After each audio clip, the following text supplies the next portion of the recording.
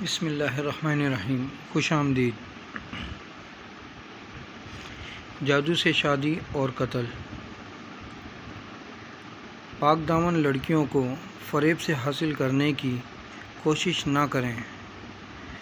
مدینہ منورہ کے مضافات میں ایک جامع مسجد کے خطیب کی ایک خوبصورت بیٹی تھی جو جامع میں پڑھتی تھی۔ ایک دن وہ جامع سے واپس گھر آئی۔ گاڑی سے اترتے وقت ایک لڑکے نے اس کا چہرہ دیکھ لیا۔ لڑکی بہت حسین و جمیل تھی۔ لڑکے کو پسند آئی۔ اس نے پتہ کیا لڑکی خطیب صاحب کی بیٹی تھی۔ لڑکے نے اسی دن سے صف اول میں نماز پڑھنے کا اہتمام شروع کیا۔ اذان سنتے ہی وہ مسجد کے دروازے پر پہنچ جاتا۔ نماز تک تلاوت قرآن میں مشغول رہتا۔ 6-7 مہینے تک وہ اسی معمولات کا پابند رہا۔ اس کے بعد اس نے والد سے شادی کی خواہش کا اظہار کیا۔ والد نے کہا، ٹھیک ہے، دیکھ لیں گے مناسب رشتہ۔ اس نے کہا کہ لڑکی میں نے دیکھ لی ہے۔ والد صاحب کے پوچھنے پر اس نے خطیب صاحب کی بیٹی کے بارے میں بتایا۔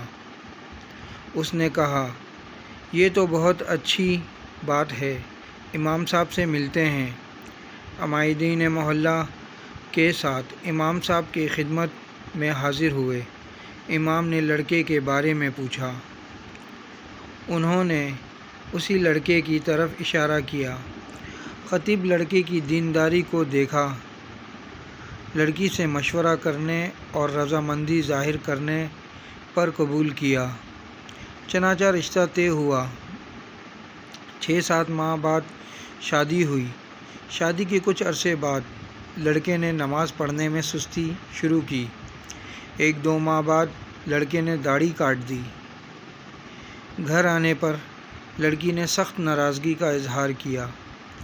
اس نے کہا، یہ نمازیں تو میں تمہیں حاصل کرنے کے لیے پڑھ رہا تھا، اب مقصد حاصل ہو چکا ہے، اب کیا ضرورت؟ لڑکی یہ سن کر بہت افسردہ خاطر ہوئی اور جا کر والد صاحب سے کہا کہ اس بے دین کے ساتھ ایک دن نہیں رہنا چاہتی۔ یہ معاملہ محکمہ عدل تک پہنچ گیا۔ قاضی نے دونوں میں تفریق کا فیصلہ کیا۔ لڑکا بہت پریشان ہوا۔ اس نے بہت کوشش کیا لیکن لڑکی کو دوبارہ نہ پا سکا۔ لڑکے نے ایک جادوگر سے مدد حاصل کرنے کا فیصلہ کیا۔ جادوگر نے بڑی رقم ادا کرنے کا مطالبہ کیا۔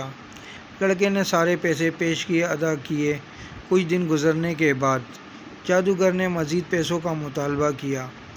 لڑکے نے فی الفور وہ بھی ادا کیے اور کہا، کام ہو جانا چاہیے، پیسوں کی فکر نہ کرے۔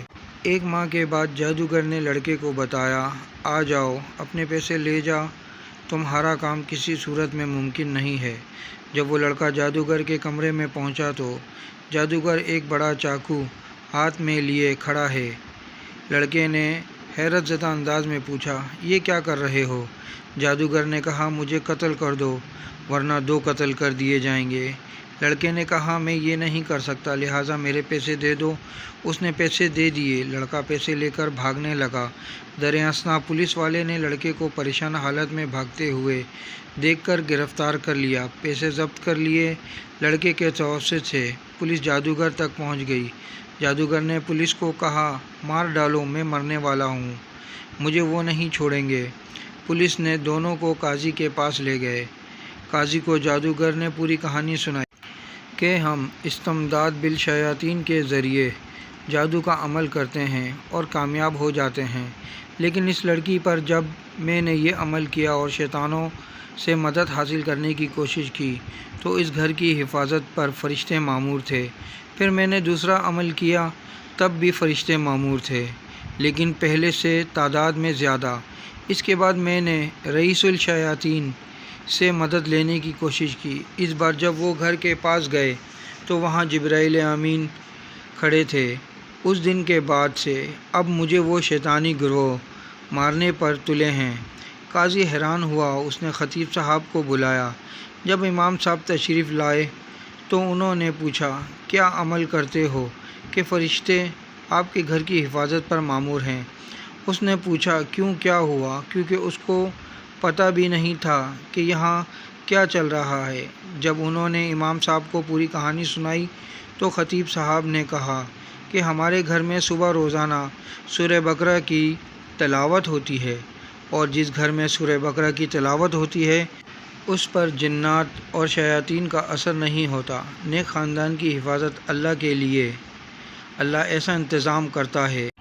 یہ ویڈیو ان کے لیے جو جادو یا جنات کی وجہ سے پریشان ہیں، اپنے دین کو سمجھیں اور اللہ پر ایمان مضبوطی سے قائم رکھیں۔ خدا ہمارا حامی و ناصر ہو۔ ویڈیو اچھی لگے تو لائک کریں، کامنٹس کریں، شیئر کریں اور چینل کو سبسکرائب کریں اور بیل آئیکن کے بٹن کو دبائیں تاکہ اس طرح کی اچھی ویڈیو آپ کو متواتر مل سکے۔ How, now, wow.